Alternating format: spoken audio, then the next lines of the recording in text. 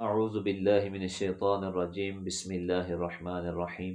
السلام علیکم ناظرین، آپ دیکھ رہے ہیں آئی ڈی ٹی وی، اور میرا آج کا موضوع ہے اللہ کے رسولوں پر ایمان۔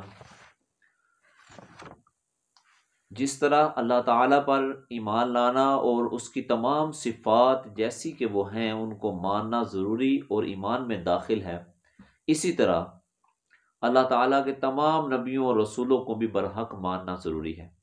رسالت ایک ایسا واسطہ ہے جس کے ذریعے اللہ تعالیٰ کے احکام بندوں تک پہنچتے ہیں، اور اسی مقدس واسطے سے بندوں کو اپنے مالک حقیقی کی پہچان اور معرفت حاصل ہوتی ہے۔ رسول وہ مقدس انسان ہیں جن کو اللہ تعالیٰ نے رسالت کے لیے چنا۔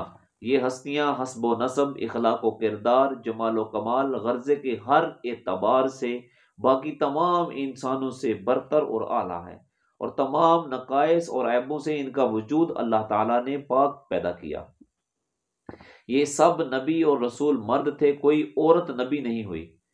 ارشاد باری تعالیٰ ہوتا ہے کہ وَمَا أَرْسَلْنَا مِن قَبْلِكَ إِلَّا رِجَالًا نُوحِي إِلَيْهِمْ، اے نبی ہم نے آپ سے پہلے مردوں کو ہی رسول بنایا اور ان کی طرف ہم نے وحی بھیجی۔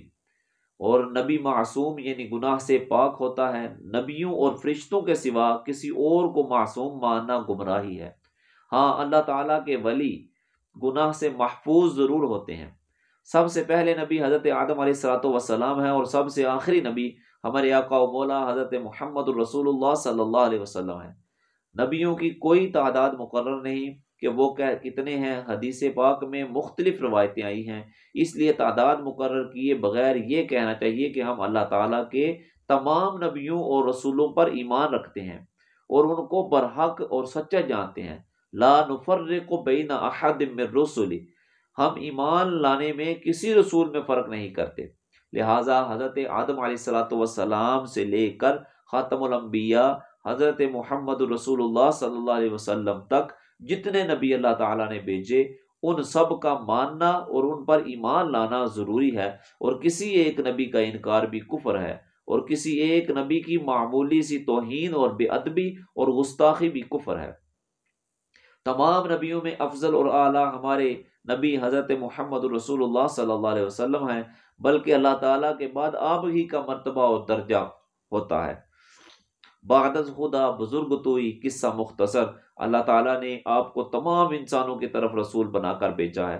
پہلے انبیاء ایک خاص قوم اور ایک خاص علاقہ کے باشندوں کی طرف مبعوث کیے گئے، اور وہ ان ہی کے نبی تھے، مگر ہمارے آقا و مولا صلی اللہ علیہ وسلم کو اللہ تعالیٰ نے دنیا بھر کے لوگوں کی طرف رسول بنا کر بھیجا، جیسا کہ ارشاد خداوندی ہے کہ قل یا ایھا الناس انی رسول اللہ الیکم جمیعا، اے نبی مکرم صلی اللہ علیہ وسلم فرما دیجئے کہ اے لوگو میں تم سب کی طرف اللہ کا رسول بن کر آیا ہوں۔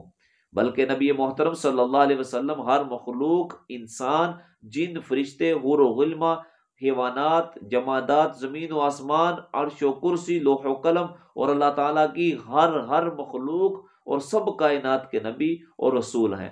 آپ خود ارشاد فرماتے ہیں انی ارسلت الی الخلق کافہ، کہ میں ساری مخلوق کی طرف رسول بنا کر بھیجا گیا ہوں۔ اور ہمارے آقا و مولا صلی اللہ تعالی علیہ وسلم خاتم النبیین ہیں، یعنی آپ سب نبیوں کے آخر میں آئے ہیں۔ آپ کی آمد سے نبوت اور رسالت کا سلسلہ بند ہو گیا۔ آپ کے بعد نبوت کا دعویٰ کرنے والا جھوٹا اور کافر ہے۔ اللہ تعالیٰ نے ارشاد فرمایا کہ ما کان محمد ابا احد من رجالکم ولکن رسول اللہ وخاتم النبیین، کہ حضرت محمد رسول اللہ صلی اللہ علیہ وسلم تمہارے کسی مرد کے باپ نہیں، وہ تو اللہ کے رسول اور آخری نبی ہیں۔ نبی مکرم صلی اللہ علیہ وسلم نے خود ارشاد فرمایا انا خاتم النبیین لا نبی بعدی، میں آخری نبی ہوں، میرے بعد کوئی نبی نہیں آئے گا۔ اللہ تعالیٰ نے اپنے ان برگزیدہ نبیوں اور رسولوں کو مختلف درجے عطا کیے اور بعض کو بعض پر فضیلت دی۔ اللہ تعالیٰ خود ارشاد فرماتا ہے کہ تلک الرسل فضلنا بعضهم علی بعض منہم من کلم اللہ ورفع بعضهم درجات، کہ یہ رسولوں کی جماعت ہے، ہم نے بعض کو بعض پر فضیلت دی ہے، کسی نے اللہ سے کلام کیا اور کسی کو درجوں میں بلند کیا۔ سب سے افضل و اعلیٰ ہمارے نبی مکرم صلی اللہ تعالی علیہ وسلم ہیں۔ آپ کے بعد حضرت ابراہیم خلیل اللہ ہیں، پھر حضرت موسیٰ کلیم اللہ ہیں، پھر حضرت عیسیٰ روح اللہ علیہ الصلاۃ والسلام ہیں، اور پھر حضرت نوح علیہ الصلاۃ والسلام فضیلت اور درجے والے ہیں۔ انہیں اولو العزم رسول کہا جاتا ہے۔ اللہ تعالیٰ نے ہمارے نبی حضرت محمد مصطفیٰ صلی اللہ علیہ وسلم کو وہ سب کمالات اور معجزات اور درجے عطا کیے جو دوسرے نبیوں کو جدا جدا اور علیحدہ علیحدہ عطا کیے گئے تھے۔ اس لیے ہمارے نبی جامع صفات انبیاء اور رسول ہیں۔